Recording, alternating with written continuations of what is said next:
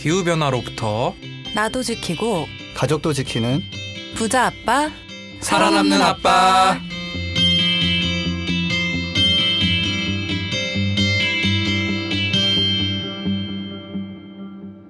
안녕하세요. 팟캐스트 부자 아빠 살아남는 아빠입니다. 기후변화로 급변하는 경제산업구조 속에서 우리들의 가족도 지키고 재산도 지킬 수 있는 방법을 지금부터 알려드립니다. 네, 안녕하세요. 반팔구입한 김나연입니다. 네, 팟캐스트 봇바살바 출연진 교체로 몸살을 앓고 있는 진행자 차윤탁입니다. 네, 안녕하세요. 처음으로 붓바살바 팟캐에 드디어 출연을 할 수 있게 된 그린피스 캠페이너 이인성이라고 합니다. 네, 이인성 캠페이너님이 오늘 오셨는데요. 이제 지석쌤께서 저희 방송을 좀 내려놓으시게 됐잖아요. 그렇죠? 어떻게든 네. 구독자분들 깜짝 놀라실 것 같은데. 저희 지석쌤 이제 또 뭐 이게 청취율이 잘 안 나와가지고 어쩔 수 없이 거짓말. 농담이고요. 지석쌤께서 사실 정부의 부름을 받고 이 급한 미팅에 참석을 하셔야 돼가지고 또 이제 청취자분들의 바람이나 이런 거를 또 정부에 전달을 해야 되기 때문에 그러셔가지고 좀 이번 방송이랑 다음 방송 출연이 어렵게 되셔가지고 이인성 캠페이너님께서 오늘 대신 자리하시게 되셨습니다. 박수 한번 치고 갈까요? 와! 네. 한 대 감사합니다. 네, 이인성 캠페이너님 좀 자기소개 조금만 더 자세히 부탁드립니다. 어떤 캠페인을 좀 하고 계십니까? 저는 지금 그린피스에서 저희 도로에 자동차 참 많죠. 네. 자동차도 줄이고 달리는 자동차는 재생에너지 전기로 달릴 수 있게 전기차 전환 촉구하는 캠페인을 하고 있습니다. 네. 깔끔하네요. 네, 김나연 선생님이 이인성 선생님이랑 일 많이 하셨잖아요. 어떻습니까? 이인성 선생님 어떤 분입니까? 제가 사실은 그린피스 입사하자마자 이제 이인성 선생님이 그 IT 캠페인 하셨잖아요. 그거 살짝 맛보기로 하다가 이제 아이스 캠페인은 처음부터 지금까지 하고 있는데 아이스요? 네, 내연기관차 캠페인. 저희가 아이스라고 하죠. 아이스. 네, 줄여서 부르고 뭐를 있는데 줄인 말입니까? 인터널 컨버전 엔진. 그래서 제가 좀 불친절한 설명이었는데 어쨌든 아이스 캠페인을 같이 하고 있는데 인성 쌤은 되게 함께 일하기 좋은 캠페이너. 그렇죠. 이인성 쌤 정말 배려가 넘칩니다. 인성이 좋으시다고 이렇게 진짜 이름대로 그런 얘기 많이 하잖아요. 저도 별명이 김인성이긴 하거든요. 친구들 사이에서. 진짜로? 맞아요. 저는 근데 반대예요. 네. 인성이 좋지 않다고. 오늘 사실은 못 나오신 저기 김지석 선생님도 같이 이제 맞아요. 네, 하잖아요. 이인성 선생님에게 그 김지석 선생님이랑 어떤 분인가요? 저는 김지석 선생님한테 요 근래 계속 밤마다 잔이 문자를 보냈던 장본인이에요. 설레는데요. 제가 지석쌤께서 워낙에 전기차나 재생에너지 쪽 그리고 기후위기 자체에 대해서 전문가시다 보니까 저도 이 이슈가 이제 더 많이 배울 게 많은 상황이어가지고 항상 시도 때도 없이 지석쌤을 좀 괴롭히고 최근에 뭐 코로나발 뭐 경제 위기다 뭐다 자동차 산업 지원책이 어떻다 마다 뭐 이렇게 이야기가 많을 때 도대체 이제 방향을 어떻게 잡아야 될지 잠 못 이룰 때 가끔 이제 지석쌤한테 문자 보내서 잠깐 통화 괜찮으시냐고. 요즘 이제 부부의 세계 이런 드라마가 유행이잖아요. 그러다 보니까 제가 좀 시각이 좀 삐뚤어져 있긴 한데 이거 잘라요? 근데 제가 안 그래도 회사 사람끼리 이렇게 문자 보내고 하는 거 좀 조심해야 돼요. 윤탁쌤은 딱 6시 지나면 칼같이 바로 로그아웃하고요. 네, 또 월급 좀 올라가면 로그인할 그 의향이 있습니다. 의향이 있고 어제도 김지석 선생님이 이제 뭐 저희 방송 하차하신 건 전혀 아니고 이제 그 팟빵의 유명한 방송이죠. 매불쇼라는 데 출연을 하셨어요. 워낙 또 유머 감각이 또 독특하신 분이기 때문에. 근데 나가셔서 저희 방송 홍보하는 걸 잊어버리셨대요. 그러니까 저희 방송 홍보를 하라고 저희가 한 20분 정도 얘기하잖아요. 근데 이제 까먹었다고 하시는데 아직 귀에 조금 덜 아무래도 좀 긴장하셨겠죠. 그 방송이 크다 보니까. 네, 하여튼 그래서 오늘 이인성 캠페이너님 모시고 한번 2회 방송 한번 진행해 보도록 하겠습니다. 그러면 전하는 말씀 듣고 이제 재밌는 코너 시작해 보도록 하겠습니다. 플라스틱으로 넘쳐난 대한민국. 일회용 플라스틱 없는 장보기가 불가능할까요? 대형마트가 변하면 가능합니다. 그린피스의 플라스틱 제로 캠페인을 검색해 대형마트의 플라스틱 제로를 요구하세요.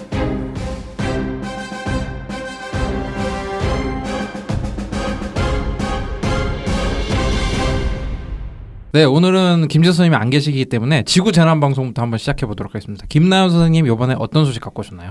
일단 지구재난방송을 첫 코너로 하게 돼서 너무 좋고요. 네, 이제 밀어낸 거죠.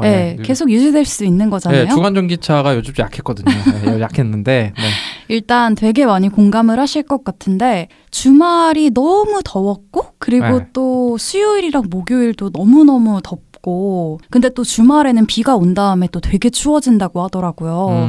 그래서 정말 무슨 5월 초에 이렇게 여름이 벌써 시작됐나 싶을 정도로 정말 기온이 확 올라서 깜짝 놀랐는데 제가 생일이 6월이에요. 홍보하는 건 아니고 근데 6월 중순, 그러니까 초중순쯤 돼야 이제 막 반팔을 입기 시작했는데 반팔을 준비를 안 했는데 벌써 이렇게 더워지니까 주말에 깜짝 놀라서 좀 반팔을 구입을 했었거든요. 네, 생일이라고 굉장히 좀 부담되긴 하는데 네, 알겠습니다. 네. 윤탁쌤이 작년에 생일 챙겨주셨어요. 네, 어머. 네, 올해는 좀 힘들 수 있을 것 같아요.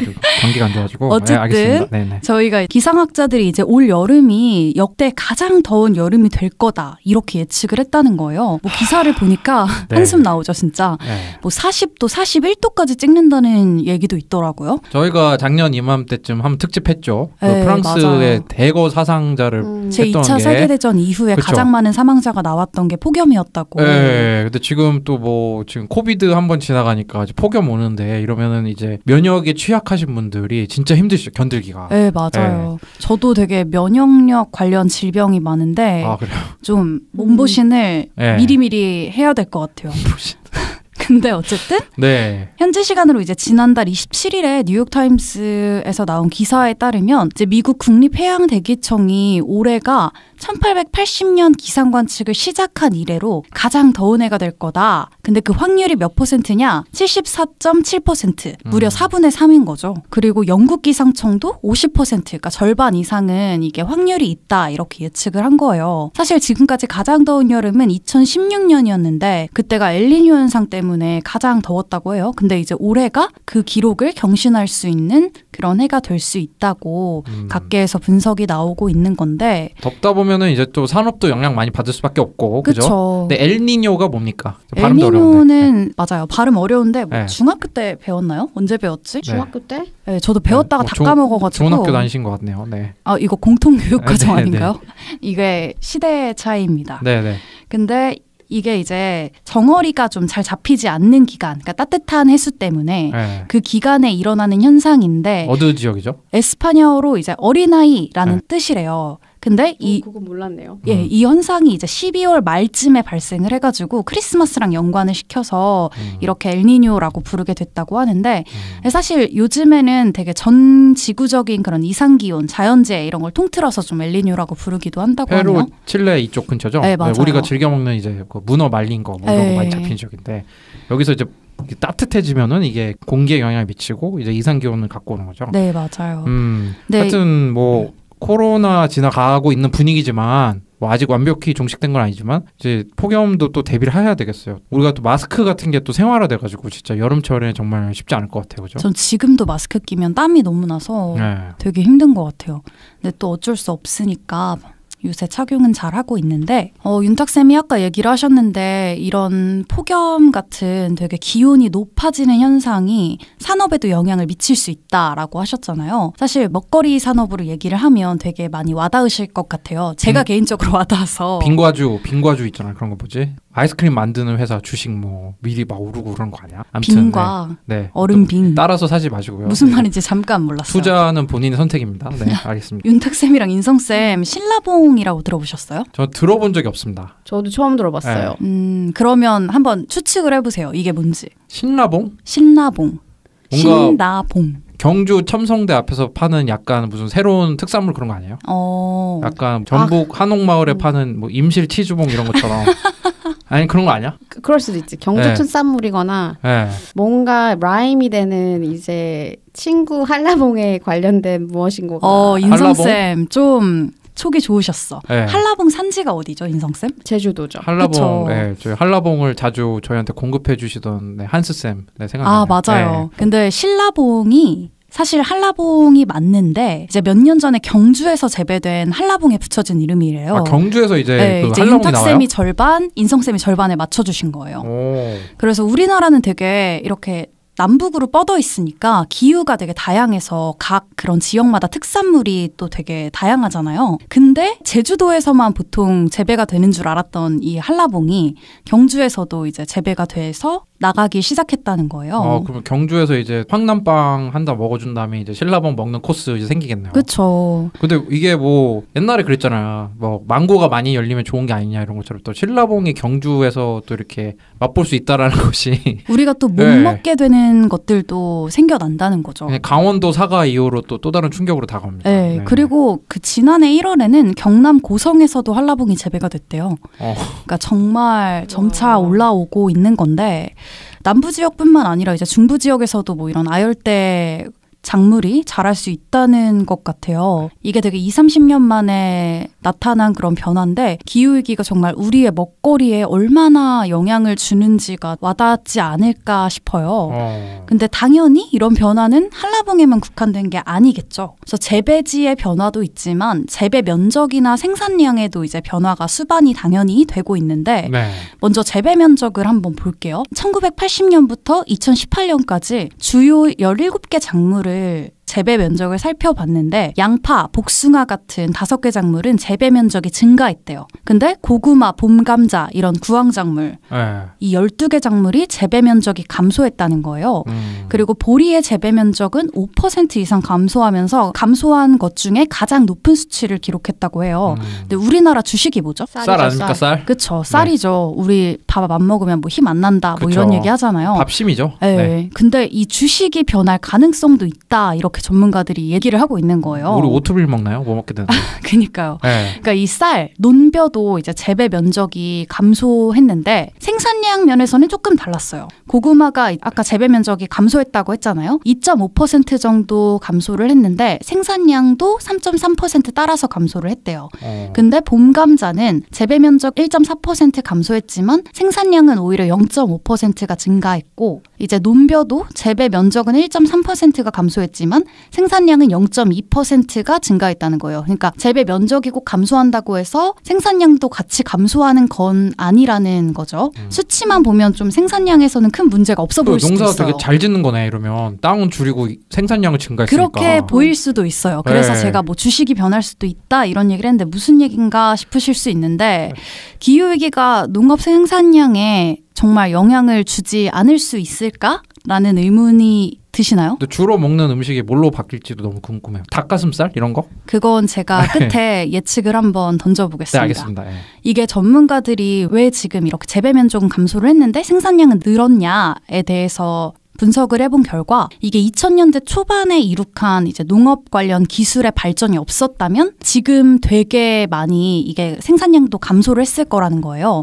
그러면 이제 기후변화도 있지만 어쨌든 농업 기술이 발전해서 지금 겨우겨우 막고 있는 거다. 네, 맞아요. 근데 이 기술이 이제 기온 상승을 못 따라갈 거라는 거죠.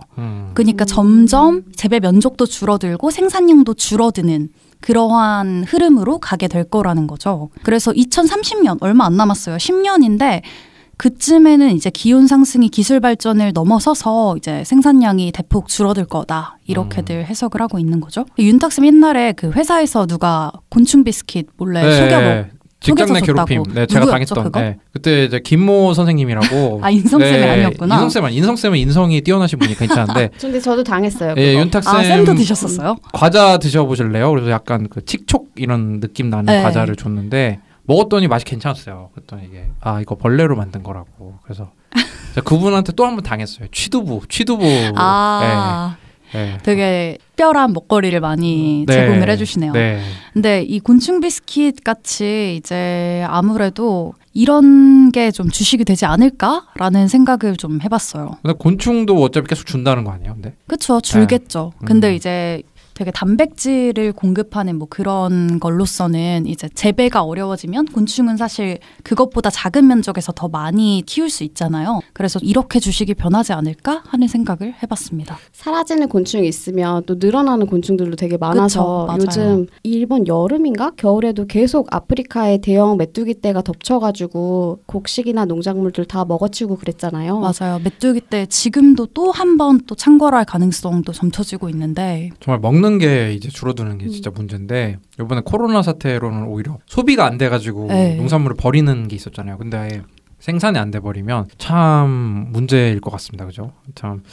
그 농업에 좀 관심을 많이 가질 필요가 있을 것 같아요. 네, 그럴 것 사실은 같아요. 저희가 미국 대통령 대선 후보들의 공약을 많이 발표를 했는데 미국은 농업 국가잖아요. 농업 국가인 거 아세요, 미국에? 네. 미국이 농업이 어마어마하게 큰 산업인데 저희도 한번 얘기했었죠. 거기서도 이제 그린 뉴딜이라고 해서 농업을 어떻게 하면 탄소를 적게 내면서 바꿀 수 있을지 그런 고민을 되게 많이 하고 있잖아요. 사실 기후위기 시대에는 이제 수입이나 수출이 식량 관련해서는 거의 없어질 수 있다 이렇게도 얘기를 하잖아요. 네. 그래서 그 나라에서 이걸 재배를 해서 또 자급자족을 하는 게 되게 중요해질 텐데 그런 부분에 비춰보면 더 좀 심각하게 다가오는 것 같아요. 그래서 식량과 관련된 뭐 또 주식들이 좀 요동쳤다면서요. 네, 그래서 밀 가격이 최근에 또 크게 올라서 관련주가 좀 수혜를 받을 거다. 뭐 이런 예측도 나왔었다고 해요.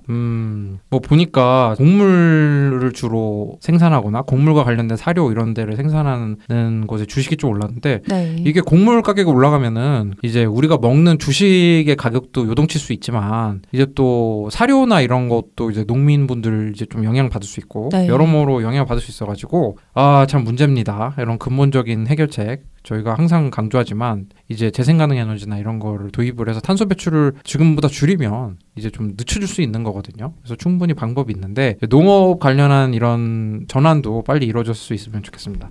네. 오늘 조금 소식이 주식이 뭘로 바뀐다는 건지 좀 잘 모르겠는데 혹시 뭘로 닭가슴살입니까? 뭡니까? 닭가슴살 아니고 전 곤충에 한 표 던져봅니다. 곤충에 한 표? 밀웜. 네, 밀웜? 네. 저도 밀웜. 윤탁쌤 생일 선물로 밀웜 사드려요. 요즘 괜찮은 밀웜 제품이 진짜 많더라고요. 네. 저도 얼마 전에 여주를 잠깐 갔다 왔는데 어떤 댁에 들릴 일이 있어서 거기도 그 밀웜 제품이 이렇게 되게 많더라고요. 네, 저희 다음 팟캐스트에 밀웜 ASMR 한번 해보죠. 먹어보고. 윤탁쌤이 드셔보시는 거죠? 네, 뭐 초장만 갖다 주시면 도전해보도록 하겠습니다. 오늘 소식 감사합니다.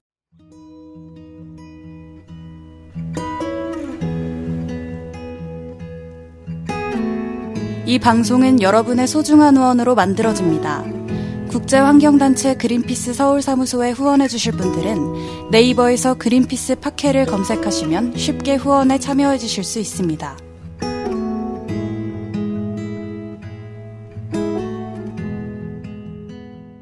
과거를 보면서 미래를 본다. 그린피스 연대기죠. 그린피스가 어떻게 탄생을 했고 내년에 그린피스 50주년이기 때문에 정말 시의적절한 코너라고 자평해 봅니다. 맞습니다. 그렇게 생각합니다. 네. 인성쌤 되게 많이 하실 것 같아요. 인성쌤 저희 또 그린피스 고인물 아닙니까? 맞아요. 입사한 지 굉장히 오래되신 분이어가지고 저희 벌써 5년 됐죠. 5년 인성쌤. 훨씬 더 되지 않았나요? 5년이 됐고 횟수는 이제 6년째. 6년 차. 예, 6년 차죠. 저도 정말... 깜짝 놀랐어요. 네. 이렇게 시간이 후다닥 지나갈 줄이야. 네. 저희가 이제 근데 그린피스가 1971년에 이제 생겨났잖아요. 사실 굉장히 오래됐어요. 50년이나 이렇게 NGO가 지속된다라는 게 쉽지 않은 건데 이제 저희가 그래서 그때 당시 창립 시기에 어떤 일이 있었는지 그래서 저희가 좀 조금씩 소개를 해주고 있거든요. 오늘 좀 재밌는 얘기가 나옵니다. 그래서 기대를 좀 해주셔도 좋을 것 같고요. 그래서 조금 또 앞부분을 약간 또 서머리를 해드리면 1971년 9월 15일에 이제 그 캐나다인과 미국인으로 포함된 12명의 사람들이 암치카 섬이라고 이제 알래스카 인근이죠. 거기에 미군 핵실험을 막으러 이제 같이 갑니다. 네. 근데 뭐 사실 이인성 선생님 캠페인 많이 해보셨잖아요. 뭐 좀 해봤죠. 좀 해봤죠. 보트도 좀 타셨죠. 네. 저 레인보우 워리어도 탔었죠. 네. 저도 이때도 레인보우 워리어 타봤는데 저만 못 타봤네요. 김나은 선생님 한번 타세요. 좋은 경험입니다. 알겠습니다. 또 배가 온다는 소문이 있기는 한데 그게 어찌 될런지 겁이 납니다. 겁이 납니다. 그래가지고 이제 아시지만 이제 유의미한 캠페인 결과를 내기가 쉽지가 않죠, 그죠? 그렇죠. 캠페인 힘들죠. 시작하고 한 얼마 정도의 유의미한 결과? 이게 사실 캠페인마다 그쵸? 다르다라는 케바케. 게 정답이고 케바케가 정답이고 최단 기간 본인이 경험한 최단 기간. 최단 기간은 저희 거의 시작하면서 나왔던 빅토리도 있었죠. 뭐였나요? 그 데이터 센터 재생 가능 에너지 캠페인 했었을 때 네. 저희가 이제 캠페인 보고서를 론칭을 하고 그 보도 자료를 네이버가 하겠다라는 선언이랑 같이 내보낸 적이 있었죠. 네, 그렇군요. 훨씬 빨랐네요. 네. 이쪽으로 그러면 좀 이게 논리 전개가 이상해지는데.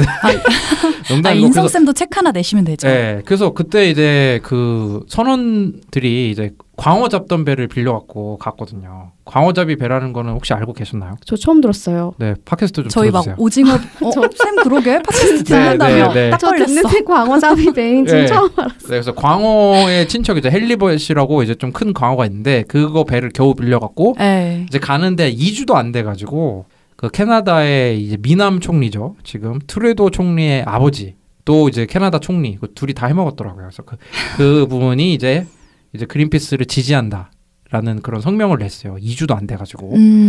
그래가지고 이제 암치트카 섬까지 이제 100마일도 남지가 않았는데 왜 미국이 암치트카 섬에서 핵실험을 했을까요? 멀어서. 뭐 본토랑 멀은 것도 있고 또 어떤 이유가 있을까요? 예를 들어서 뭐 미국 땅도 엄청 크잖아요. 무인도니까. 뭐 그런 것도 있고 제가 생각해봤는데 이 암치트카 섬이 그 알래스카 옆에잖아요. 알류산 열도라는 데가 있는데 그때는 소련이란 단어 여러분들이 익숙하시죠? 나이대가 있으시니까 소련 바로 옆에서 핵실험을 하면 얼마나 소련이 신경이 쓰이겠습니까? 그렇죠. 그래서 신경이 많이 쓰이다 보니까 그런 안보적인 좀 이유가 있었던 것 같아요. 예를 들어서 뭐 소련이 핵미사일을 이렇게 지금 많이 개발을 하는데 미국은 가만히 있으면 되겠냐. 또 그때 이제 콜드워라고 냉전 시대잖아요. 안보가 굉장히 중요하고 그래가지고 이 소련 인근인 거기서 핵실험을 하는데 그 암치트카 섬을 한 100마일 정도 앞두고 이제 뉴스가 나옵니다. 뉴스가 바로 핵실험이 연기가 될 것 같다라는. 그래서 이제 바다 위에 떠 있는데 지금 어떻게 해야 되나 참. 이런 경험 또 인성쌤 있으시죠? 이제 인성쌤이 또 캠페인 프로젝트 리더로서 이제 액션 같은 거 하는데 약간 또 변수 막 나오지 않습니까? 많죠. 계획대로 됩니까? 어떻게 됩니까? 계획대로 되면 정말 럭키한 거고 네. 그 가슴 쫄리며 후달리는 심정으로 멀찍이서 저희 액티비스트 분들만 믿고 있는 경우도 많죠. 직전까지 상황이 어떻게 변할지도 모르고. 저 안 그래도 여기 오늘 녹음실 오는데 인성쌤이랑 같이 액션을 하려고 했다가 당일에 실패했던 장소를 지나왔거든요. 그래서 또 생각이 났었어요. S몰. 네, 맞아요. 네. 그때도 그렇지만 이때도 생각이 비슷하셨던 것 같아요. 그린피스 처음 만든 분들도. 그래가지고 2주도 안 돼서 캐나다 총리가 이제 지지한다는 선언이 나오고 그래서 되게 좋은 분위기인데 한 9월 중순쯤이었는데 핵실험이 11월로 미뤄진다라는 얘기가 나온 거예요. 가고 있는 도중에. 그러니까 참 이게 골치가 아프잖아요. 그래서 사람들이 한 3가지 정도 이제 아이디어를 짜기 시작합니다. 자, 첫 번째. 여러분들도 뭘 선택하는 게 이성적일지 한번 선택해보세요. 네. 다시 돌아간다. 캐나다 밴쿠버로. 그리고 새로운 테스트 날짜가 나오면 그때 다시 간다. 두 번째. 알래스카 코디악 근처로 간다. 그래서 집으로 비행기 타고 돌아갔다가 이제 다시 이제 날짜 잡히면 다시 온다. 그 세 번째. 암치트카에서 가까운 알류산 열도 인근까지 간다. 그래서 거기서 이제 보급을 받을 수 있는 식량이나 기름 그럼 보급을 받을 수 있는 데 가서 요즘 말로 존버한다. 버틴다. 핵심할 때까지. 저는 3번. 3번 존버. 네, 왜냐하면 1번 같은 경우에는 새로운 테스트 날짜가 이미 우리가 가고 있는 게 노출이 됐기 때문에 되게 기밀리에 하게 되면 우리가 모를 수도 있잖아요. 그래서 최대한 가까운 데로 가 있는 게 안전할 것 같고 그리고 2번 같은 경우에는 비행기가 사실 이 배도 탄소 배출을 많이 했겠지만 비행기는 더 많이 하잖아요. 그때는 근데 그런 개념이 없긴 없었을 것 같아요. 그래서 어쨌든 저는 3번. 근데 이제 인성쌤 같은 경우는 그 우리의 비폭력 직접 행동, 액션 같은 거 하다 보면 사실 스케줄 연기 이런 게 부지기수로 나오죠. 그렇죠. 저희가 작년에도 한번 계속 날짜 기다리다가 결국 못한 적이 있었는데 정말 피말리는 존버. 진짜. 근데 이때도 저는 1번을 생각을 했는데 나연쌤 이야기를 들으니까 역시 3번 역시 존버는 그린피스 존버다. 이게 인성쌤의 처세가 나왔어요. 자기는 1번이지만 3번으로 가겠다. 배려가 있는 이인성 선생님입니다. 나는 집에 돌아가고 싶은 타입이지만 사실 이게 핵실험을 막으러 가다가 죽을 수 있는 거잖아. 그렇죠. 이거 정말 목숨 걸고 가는 거니까. 그런데 이제 존버한다. 나연쌤이 이제 미리 가 있어야 마음이 편한 스타일이니까 그렇게 하고 그래서 이제 이게 좀 논란이 돼요. 이제 디베이트가 있었을 거 아니에요. 또 12명이 또 성격이 강한 사람 그때 당시 71년도에 그 미군의 핵실험을 막으러 소련 근처로 배 타고 가겠다는 사람들인데 얼마나 자기 주장이 강했겠어요. 정말 같이 회의하고 싶지 않은 사람들이 있어. 느낌이 오죠. 그런데 느낌이 오는데 그 2번 같은 경우에 이런 이슈가 있었어요. 그 코디악 알래스카 코디악이라는 그 곳에 가면 거기서 이제 미국 땅이잖아요. 알래스카가. 미국 땅인데 거기 옆에 미군 기지도 있고 그 미군에서 다시 출항 못하게 할 수도 있는 거 아니에요. 사실. 그럴 수도 있네요. 그런 게 있고 어떤 사람들은 핵실험 연기까지 나오고 캐나다 총리가 지지선언 했으면 할 만큼 한 거 아니냐 우리 지금 빅토리 나왔다고 하자. 그리고 어떤 사람들이 또 있었냐면 좀 같이 일하기는 힘든 타입이긴 하지만 야 그러지 말고 가자. 보급 떨어지면 어떠냐. 가서 단식 투쟁하자. 그래도 밥은 먹고 싶은데. 네, 그래서 이제 약간 뭐 좋게 말하면은 이제 가장 적극적인 분이고 네. 또 안 좋게 말하면 좀 제일 가격한 분들인데 그런 의견이 나왔는데 이때 또 이제 배를 지배하는 분은 선장이잖아요. 이 선장님도 참 보통 분이 아닌 게 그때 아무도 이 항해를 위한 배를 빌려주지 않는데 이 사람만 배를 빌려줬다는 거 아니에요. 미국, 캐나다 서부 해안에서 그 사람이 와가지고 이 토론하는 걸 듣더니 야 너네들 팬케이크랑 치킨이랑 계란 후라이랑 베이컨, 포리지 계속 만들어줄게. 근데 한 명씩 이제 굶어 죽을 때마다 너네들이 이제 바닷속으로 이제 가겠지. 그러면은 나랑 말싸움 할 사람이 줄어들겠지? 막 이런 식으로 비꼬서 던진 거예요. 그래서 그 얘기를 들으니까 이제 사람들이 주눅이 들어가지고 그러면은 코디악으로 가자. 가까워. 코디악은 좀 배 타고 좀 가까이 가도 되고 그다음에 밴쿠버는 좀 머니까. 그래서 코디악으로 가는 거를 알래스카 코디악으로 가는 거를 이제 생각을 해서 정보를 수집을 하기 시작해요. 라디오나 이런 거서. 네. 첫 번째 거기 군부대가 있고 둘째로 테스트가 연기가 안 될 거라는 또 소식이 또 다시 듣기도 하고 또 마지막으로는 이제 그 배, 광어잡이 배 이름을 그린피스로 바꾼 거지. 사실 네. 이 탑승한 사람들이 갔던 그 조직의 이름은 처음에 Don't Make a Wave Committee였어요. 파도를 만들지 말자. 근데 거기에서 이제 금전적인 문제, 항해를 계속할 수 없는 금전적인 문제가 또 이제 돈이 떨어지니까 네. NGO는 사실 이제 자금적인 게 떨어지면은 이 신념을 갖고 활동하기 어렵잖아요, 그죠? 왜냐면은 이게 생계가 안 되는데 어떻게 하겠어요. 그래서 핵실험 연기될 때까지 우리 자금 사정이 괜찮을까 이런 고민에 빠지게 되는데 그래서 이제 여기서 또 갈등이 시작됩니다. 갈등이 없을 수가 없죠. 어느 조직이든 의사결정하면서 저희도 뭐 회의하면서 쉽지 않지 않습니까? 그렇죠. 네, 쉽지 않은데 네, 이성쌤이 의미심장하게 그쵸 이렇게 하셨는데 선원분들 중에 갈등이 생기기 시작해요. 세대 갈등 같은 경우 약간 이 결정을 주도하는 사람이 2명 있었는데 짐 볼렌이라고 이제 자기 자식들이 이 베트남전에 명분 없이 징집되는 게 싫어서 가족들이랑 캐나다로 밴쿠버로 왔던 분이고 이제 Don't Make a Wave 커미티를 만든 이제 약간 우주공학자 이분이었고 그 다음에 맥칼피라고 약간 이제 연극 관련한 기사 비평하는 기자 출신인 분이었는데 이분 두 분이 세계 2차 대전에 참전한 적이 있는 그런 나이가 많이 든 분이니까 나이도 많고 삶의 경험이 또 많고 하니까 좀 결정을 좀 주도하는 경향이 있었대요. 2명이. 네. 근데 이제 약간 아까 본 것처럼 가서 단식을 하거나 돌아가기 싫기를 원했던 약간 젊은 피 끓는 세대들이 이거 결정이 너무 일방적으로 저 2명 위주로 돌아간다라고 좀 불만이 충분히 있을 수 있겠죠. 한 달 내내 더 항해를 해야 되는데 만약 계속하게 되면 저 사람들의 결정을 따르기 쉽지가 않다. 그래서 이런 긴장 관계가 조금씩 생기기 시작하고요. 그 다음에 이제 딕 피네베르그라고 이제 알래스카대 정치학 조교수 출신 이런 분이 있고 테리 시몬스라고 이제 문화지리학자 이 2분이 이제 배를 탔는데 이 2명은 약간 선생님 타입이었어요. 젊고 선생님 타입. 네. 근데 약간 선생님을 정말 학창 시절 되게 싫어했을 것 같은 그런 타입이죠. 약간 패닉이라고 가수 아시죠? 패닉 옛날에. 알죠. 패닉 가수 모른 척하는 거예요, 김남 선생님. 저 몰라요. 맨손잡이 몰라요? 알아요. 슈가맨. 네. 알아요. 달팽이라는 거기 왜 이 집에 약간 이제 그 선생님을 비판하는 벌레라는 노래가 또 엄청 충격을 줬죠. 약간 몰랐는데. 선생님과 이제 선생님의 폭력 이런 거를 근데 약간 그런 노래를 불렀을 것 같아요. 선생님의 두발 자유화를 많이 외치고 했을 것 같고 그런 타입이 이제 맥칼피라고 이 연극 비평가. 좀 비평가다 보면은 약간 조금 삐딱선을 타잖아요. 그래서 이 선생님 타입과 선생님을 엄청 싫어했을 것 같은 타입 간에 또 갈등이 엄청 생겨요. 그래서 갈등이 생기고 또 약간 이게 재밌는 게 커밍스라고 약간 지하 세계 신문 같은 거 있잖아요. 우리 아까 뭐라고 할까 가십을 다루고 약간 뭐 음모론 같은 걸 많이 다루는 그런 걸 언더그라운드 페이퍼라고 하거든요. 네. 그런 언론사 출신의 분도 이제 배를 탔는데 막 이제 그 밥헌터라는 그린피스 초대 회장이 같이 둘이 선상 그러니까 배 위에 올라왔는데 네. 이 커밍스가 안절부절을 못하더래요. 그래서 막 담배를 딱 한 대 피면서 그때 당시에는 이렇게 막 금연 이런 게 없었으니까 그 밥헌터한테 너 딕 피네베르그에 대해서 어떻게 생각해? 그래서 물어봤더니 밥헌터가 멋진 사람이지. 그랬더니 이 커밍스가 아니 진지하게 어떻게 생각하냐고 그랬더니 왜 그러냐 그랬더니 커밍스가 약간 좀 음모론을 다루는 이런 신문 출신인데 딕 피네베르그 이 사람 CIA 요원 같아. 그래가지고 밥헌터가 말도 안 되는 얘기하지 말라고 그랬더니 이제 커밍스가 미국의 세균전 같은 게 옛날에 있었나 봐요. 실제로 세균전 실험 같은 게 그 놀라운 TV 서프라이즈 아세요 혹시?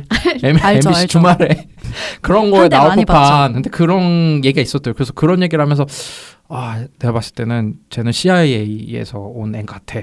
그냥 그랬더니 밥헌터가 너는 이 언더그라운드 프레스를 오래 다녀서 그런지 과민증이다. 근데 저는 약간 의심할 것 같은데? 왜냐면은 그럴 수도 있긴 하지. 이게 사실은 핵실험을 막으러 가는 12명인데 누군가 분명히 약간 뭔가 미국 정부가 정찰기도 떼우고 하지만 뭔가 안에 뭐가 스파이가 있을 거라고 약간 조금 충분히 시기적인 사람 의심이죠. 근데 아무리 봐도 그런 스타일은 아닌데 그런데 이 밥헌터 충격 먹은 게 어느 날 다른 애가 자기한테 와가지고 똑같은 얘기를 했어요. 딕 페네베르그가 CIA 스파이래. 이렇게 하면서 그 12명의 배에 소문이 싹 다 퍼진 거예요. 그런 식으로. 루머가. 루머예요? 그렇지. 루머지 루머가. 그 확인된 사실은 아닌데 근데 거의 뭐 기정사실처럼 다들 그렇게 믿어버리게 되는. 내가 딕 페네베르그 사실이 너무 궁금하다. 이 사람의 좀 젊었을 때 사진 보니까 왠지 기록도 열심히 하고 교수 출신이잖아. 그러니까 말도 없고 기록 열심히 하고 뭔가 뭔가 하여튼 조금 그런 거야. 그래가지고 이 배에서의 갈등이 이제 싹트기 시작을 해요. 우리도 조직에서 보면은 이렇게 약간 솔직히 좀 가십 좀 있잖아요. 이렇게 약간. 근데 뭐 우리가 그렇게 얘기하는 저 사람은 국정원에서 나온 사람 같아. 그렇지는 않지만 그렇죠. 근데 사실 서울 사무소는 아니었다라고 하지만 그런 일이 없지는 않았어요. 왜 그린피스 레인보우 워리어 폭파 사건 있었잖아요. 프랑스 맞아요. 뉴질랜드의 배를 세워놨던 걸 프랑스 정보원에서 폭발했잖아요. 폭파시켰잖아요. 테러했잖아요. 와 그래가지고 진짜 사람도 죽고. 그래가지고 갈등이 점점 심해집니다. 세대 갈등, 결정권. 그리고 우리가 핵실험을 막기 위해서 가는 건 맞지만 우리의 아이덴티티는 뭘까?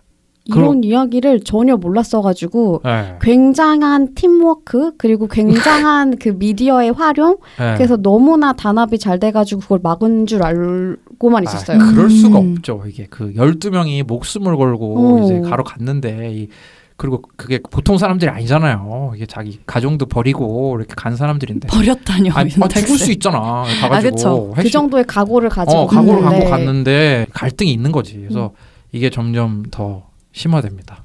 다음 얘기를 원래 너무 궁금하다. 이제 드라마가 이 정도에서 끊어줘야 돼요. 근데 그게 진짜 신의 한 수다 끊기가. 드라마에서 이 정도까지 해주고 드러나요, 쌤? 이 사실관계가? 제가 솔직하게 거기까지 안 읽었어요. 안 읽었는데. 더 궁금해. 와 그거 진짜 어떡해? 근데 이게 밥헌터는 그래도 초대 회장을 했잖아요. 내가 봤을 때도 밥헌터도 보통 사람 아닌 것 같은데 그래도 약간 조금 중재자 역할을 했나 봐. 그 젊은 사람 치고는. 그치 리더니까 또. 리더가 된 거지 나중에. 나중에 리더가 된 거긴 한데 그래가지고 처음에는 헛소리인 줄 알았는데 이게 루머처럼 이제 막 그 좁은 배에서 12명 타는 강원자 배에서 그게 티가 안 나겠어? 나지. 그쵸. 그래가지고 다음 소식도 저희 코너 많이 기대해 주시면 좋겠습니다. 그럼 전하는 말씀 듣고 김지석 선생님 없는 주간 전기차 한번 진행해 보도록 하겠습니다. 거리의 소리를 찾아서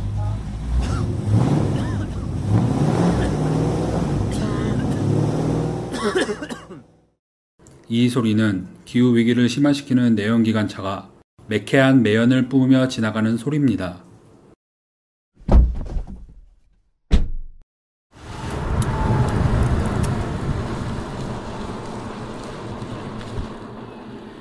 이 소리는 지구를 지키고 내 지갑도 지키는 전기차에서 나는 소리입니다.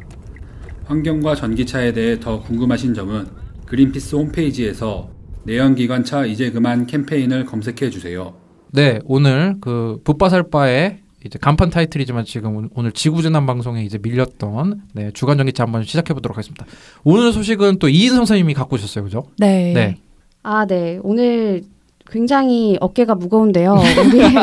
우리의 스타 김지석 선생님의 빈자리를 채우기 위해서 일단 매번 보조금 실적 관련해가지고 이야기를 해주셨었는데 이번에는 사실 너무 연휴가 많이 껴가지고 사실 지난주 업데이트와 그다지 다를 게 없다 라는 정도로 이제 정리하고 넘어가겠습니다. 또 이거는 지석쌤에게 이제 빙의하지 않고 얘기를 할 수가 없는데 김지석 선생님 좀 성대모사 같은 거 하셔도 됩니다. 윤탁쌤이 막 고라니 성대모사도 하고 그러시거든요. 성대모사 못하겠고 아니 자동차 업계가 코로나19로 정말 심각한 타격을 받았잖아요. 네네. 정말 심각한 타격 받았습니까? 정말 심각한 타격을 받았죠. 옛날에 금융위기 지난 경제위기랑은 다르게 비교가 안 되죠. 공장도 멈춰서고 일단 사람들도 누가 지금 차를 사고 싶겠어요. 수요도 얼어붙고 하니까 수요랑 공급 둘 다 얼어붙게 되면서 한 번도 경험하지 못한 위기를 겪고 있다. 그렇죠. 우리나라에서 지역마다 다르긴 하지만 자동차가 없어도 살잖아요. 사실은 그죠? 그렇죠. 그리고 자동차가 사실은 뭐 집에 비하면 구입 우선순위 약간 좀 떨어지잖아요. 그렇죠. 그리고 아무래도 필수품이 아니죠. 그리고 뭐 기존 차 그냥 타면 되는 거니까. 그랬는데 다 얼어붙고 있는 와중에서도 그나마 성장하는 자동차가 있다. 이게 뭘 것 같으세요? 정답! 뭐지? 정말 모른 척하기가 어려울 것 같은데. 네. 수소차?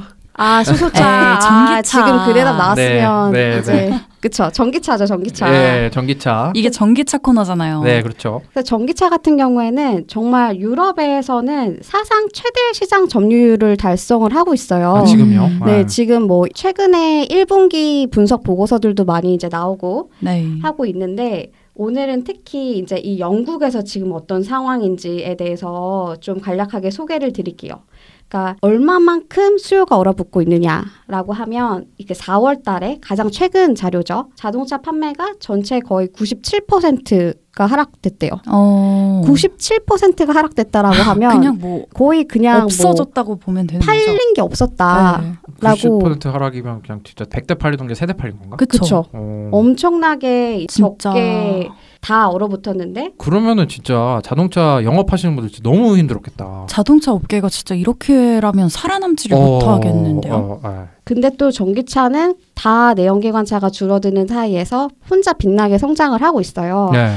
유럽에서만 전기차 판매 비율이 30% 정도를 달성을 했다. 저 궁금한 게 있는데 전기차도 어쨌든 판매가 줄어들었을 것 같은데 맞나요? 전기차도 판매가 줄기는 줄었겠죠. 왜냐하면 전체적으로 수요가 줄은 거니까. 네. 근데 이제 사람들이 만약에 자동차를 사려고 한다라고 했을 때 어떤 자동차를 사냐라고 전제를 하면 전기차를 선택하는 사람들이 더 많아진 거예요. 전기차 판매는 몇 % 정도 줄었나요? 전기차 판매는 영국에서는 4월 달에 10% 정도 하락을 했다라고 해요. 그러면 영국에서 4월에 이제 자동차 전체 100대 중에 3대가 팔릴 때 전기차만 보면 10대 중 9대는 팔렸다. 이렇게 해석을 하면 되는 거죠. 그렇죠. 원래 전기차가 뭐 10대 팔릴 너무 꿀같이 정리를 해주셨어요. 이게 사실 감사합니다. 97% 뭐 하락, 10% 하락 이게 상당히 이해하기가 어려운데 그렇게 생각을 하시면 될 것 같아요. 진짜 타격을 덜 받았네요. 제가 이거 느낀 게 저희 그린피스가 입주한 빌딩에 그 내연기관 자동차 회사가 있잖아요. 네, 1층에 그 대리점이 있는데 그 영업하시는 분 테슬라 샀잖아요. 맞아요. 그래가지고 거기 맨날 그래서 자꾸 저희가 이거 테슬라 먹었어. 누구 거냐고 우리 거냐고 그랬는데 아니고 결국에는 소유지가 그쪽으로 밝혀졌죠. 나는 사신 분도 대단하다 생각한 게 이게 부장님 눈치가 안 보였을까.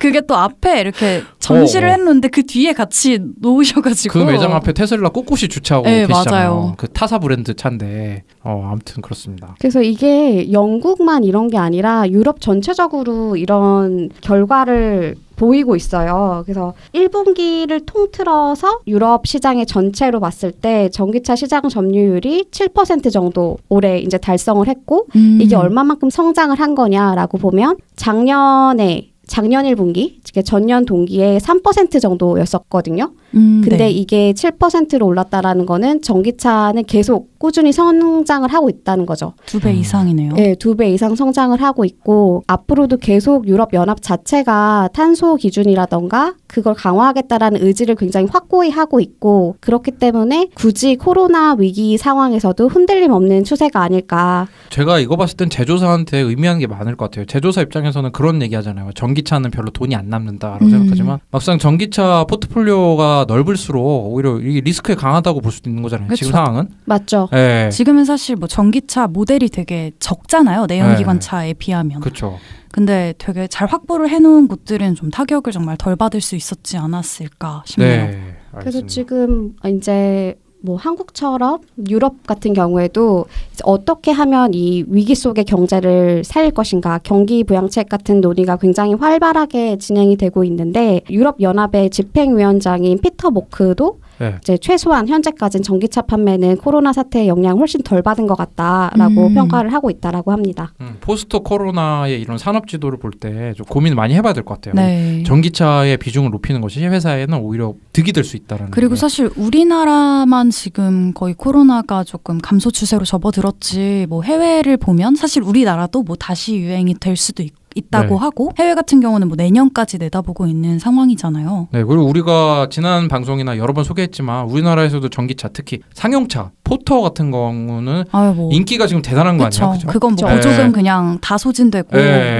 저도 하나 진짜 정말 돈 좀 있으면 하나 윤탁쌤이 계속 포터 EV 얘기를 하시더라고요. 저희가 정말 관심이 있죠. 저희는 더구나 화물차들이 좀 필요하니까. 저는 사실 포터 EV가 나왔을 때 주행거리가 막 제가 막 마음이 안정된다 이렇게 느낄 만큼 길지는 않아서 많이 팔릴까 했는데 진짜 불티나게 팔리고 있더라고요. 그렇죠. 그러니까 지금 뭐 운송이나 이런 면에서 좀 충분히 혁신이 일어날 수 있다고 생각합니다. 그죠? 네. 그렇습니다. 또 어떤 소식 갖고 오셨나요? 그리고 또 다른 소식은 바로 전기차의 필수품이죠. 네. 뭘까요? 전기차의 필수품은 이번엔 윤탁쌤이 맞출 수 있도록 자동차 키? 개그 욕심, 과도한 개그 욕심. 우리가 항상 저희 집에 진짜 저 몹쓸 디젤차가 하나 있는데 못 바꾸고 있잖아요. 진짜 이 방송하면서 너무 힘든 게 막 뭐 차도 바꿔야 되고 집도 친환경으로 바꿔야 되고 죽겠어요 지금. 그런데 죽겠는데 차 키가 없어가지고 고생하는 게 되게 많아요. 근데 어쨌든 되지도 않는 농담이었고요. 뭡니까? 배터리입니다. 배터리. 네, 그렇죠. 다들 예측을 하셨을 것 같고요. 원래 우리나라의 전기차 배터리 생산이라고 하면 굉장히 유명한 기업들이 있죠. 우리 3대 기업 있잖아요. 우리 저 배터리 특집 했었는데 벌써 까먹었네요. 너무 어려웠어. LG화학이랑 삼성 SDI랑 SK 이노베이션. 네. 그렇게 3사가 있는데 여기에 테슬라의 전기차 배터리를 공급하는 게 누구죠? 파나소닉 일본 불매운동. 네, LG화학이고요. 정말 파나소닉 테슬라는 원래 파나소닉 계속 했었잖아요. 파나소닉도 이제 하고 있었지만 파나소닉 그리고 CATL이라고 하는 중국 유명한 회사죠. 네, 중국 기업. 그리고 한국 대표로는 LG화학이 계속 배터리를 공급하고 있었는데 하나 또 반가운 소식이 있었어요. 바로 한화그룹이 이제 테슬라의 배터리 셀을 충전하는 기계를 납품하기로 계약을 했다. 그러니까 이제 그 자동차를 출시하기 전에 한 번은 충전하고 나가야 되니까 그거를 하는 기계를 뭐 하나한테 받았다는 거겠네요. 그쵸? 하나가 납품. 하나도 이제 여기에 적극적으로 뛰어드는 그런 모습인 거죠. 이게 되게 중요할 것 같아요. 왜냐면은 그 자동차 생산이 빨리빨리 되려면 빨리빨리 충전해갖고 어떻게 하는 기계니까 그쵸. 충전 기술이 있는 거네요. 그죠? 그래서 한화 같은 경우도 계속 이제 앞으로 어떤 게 지속 가능한 비즈니스냐 그런 고민을 상당히 많이 하고 있었던 기업 같아요. 왜냐하면 워낙에 태양광에 대해서 많은 투자를 하고 있는 기업이기도 했고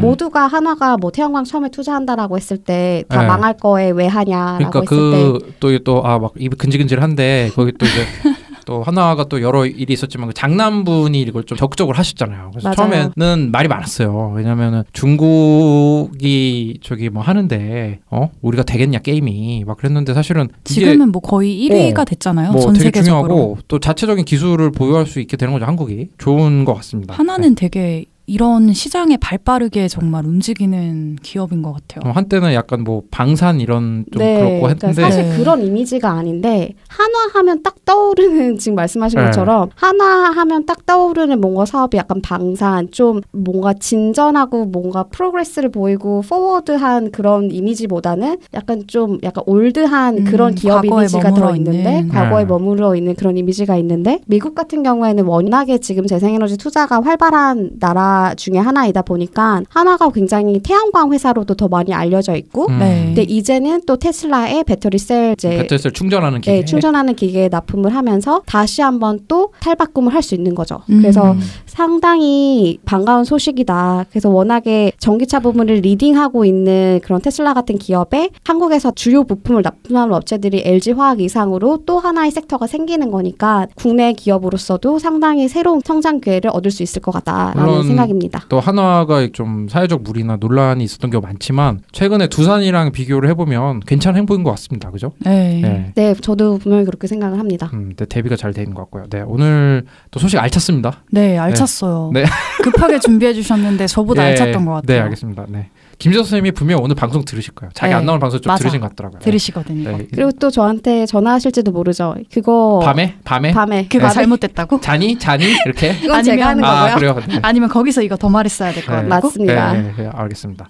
네, 오늘 소식 감사합니다. 이인성 캠페이너님. 그러면 전하는 말씀 듣고 방송 마무리하도록 하겠습니다.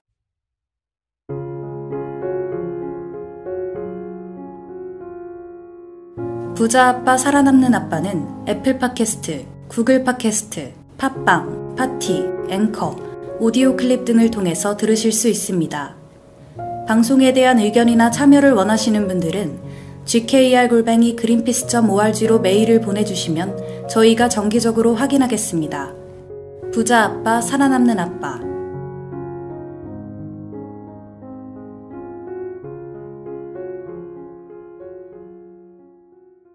네, 오늘 김지석 선생님이 나라의 부름을 받고 가시는 바람에 저희 이인성 캠페이너님이 또 급하게 흔쾌히 나와주신다고.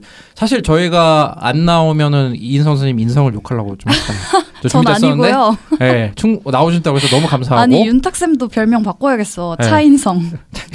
저랑 같은 의미로. 저 차인성질로 바꿔야 되지 않을까요?